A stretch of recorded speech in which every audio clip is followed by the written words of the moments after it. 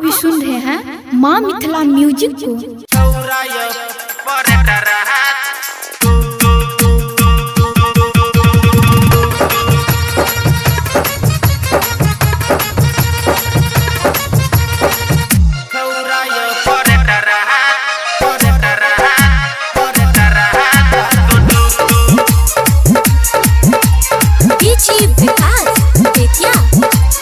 आप अभी सुन रहे हैं माँ मिथिला म्यूजिक को।